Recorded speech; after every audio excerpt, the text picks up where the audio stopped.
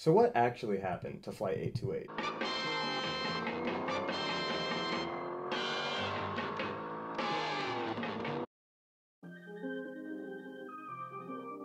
On April 7, 2013, 191 passengers on their way home from Jamaica to New York were subject to a supernatural and potentially divine event. Yeah, I think that might be the 80th time I've said that. But today, instead of trying to go over every possibility or try and explain all the clues and Easter eggs like I usually do, I'm going to give you what I think is my definitive answer to the question of what happened to Flight 828. A combination of my many watches, some research, and then I've also done this video like twice now, and then from going through and listening to your guys' interpretation of the show. So yes, this is an opinion, but I think I might be right on this one.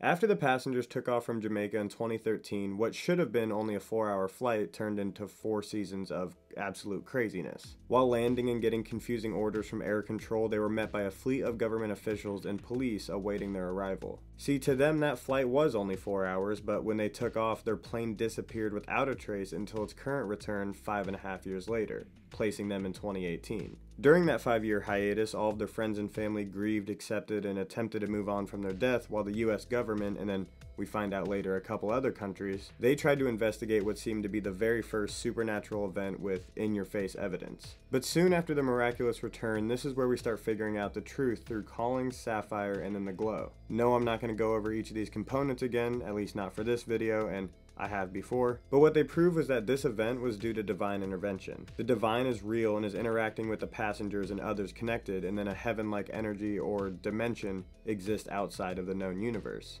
But why? What did these people do to deserve such a stressful existence? And why do their actions affect the state of the world, even potentially bringing upon the end of it? And what, if anything, do they have to go off of?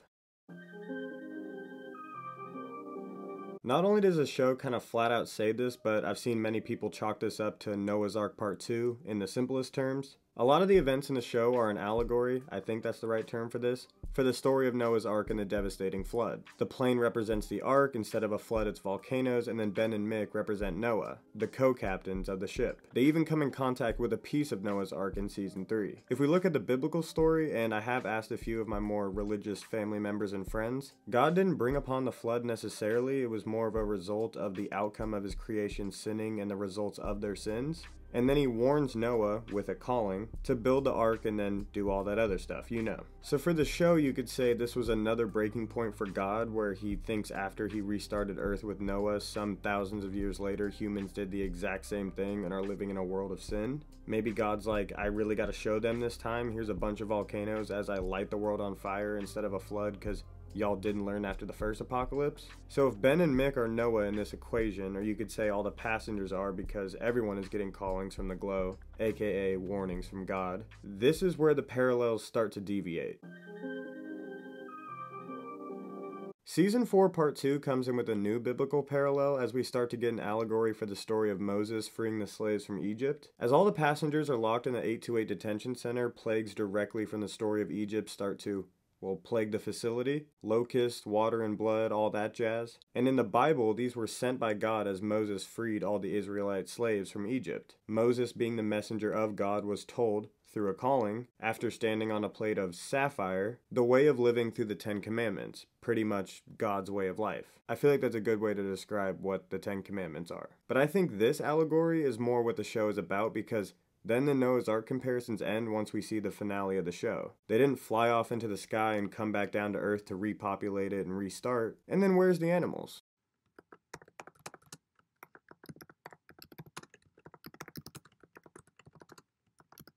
Oh, not that.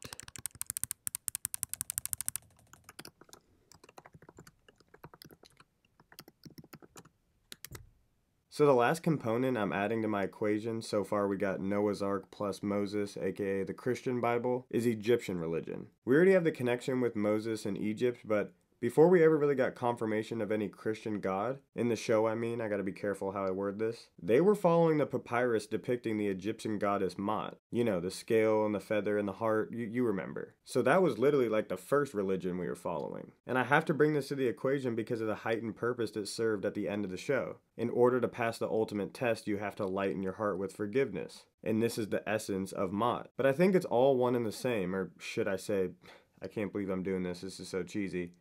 It's all connected. In this theory, there would only be one higher power. Just prefacing this because this is not what I'm saying about the real world, but a Netflix show. So please don't come in here and say these are my beliefs or your beliefs.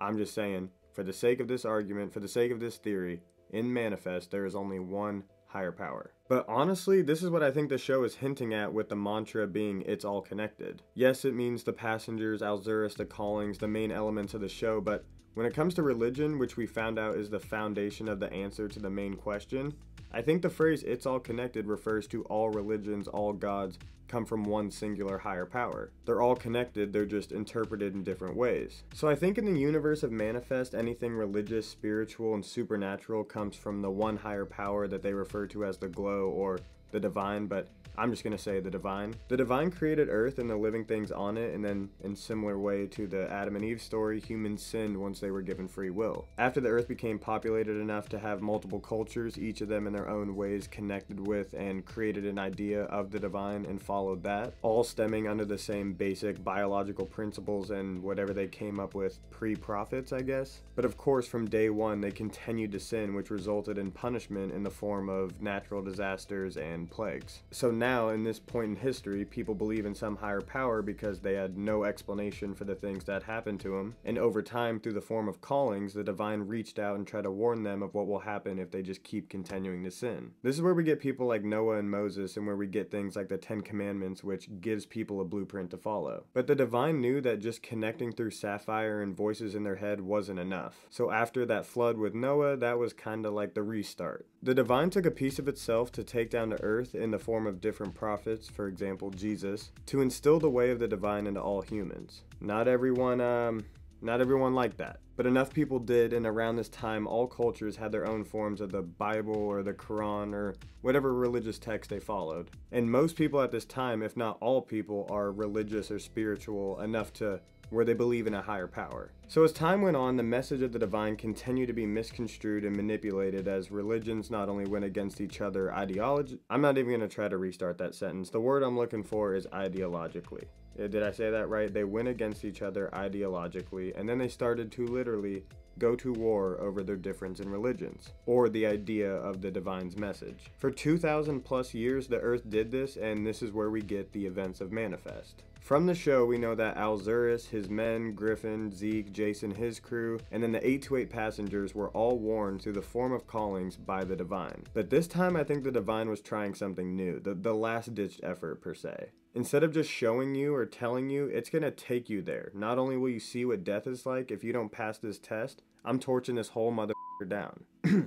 Sorry, let me explain. The ultimate test is the 191 passengers forgiving themselves for their sins, lightening the heart, and then accepting and following the way of the divine, following the callings. The divine chose a group of 191 people from all walks of life to do this test as a gauge of the average human thought process. And you know, it's easier this way. It's given him a chance. Because like, what if Jace was the only one they did for this test? But if the 828ers pass this test, the end of the world doesn't happen, and then they go back to 2013, as we saw. Now, the initial plane crash, because in my theory they did crash, that was a divine first proving its existence to the potential subjects to the experiment. Like I said, it's going to take them there this time, experiencing the divine and having an undeniable proof of its power. This is why Ben, Mick, and Cal are all hybrids of like different religious figures, because they're getting the full experience of what each prophet has experienced all at once, the glow. So what about the other people that we saw go through it? Well, those were different versions of the same test. So now about 200 and some change people throughout the last 500 to 600 years have been given the full unaltered truth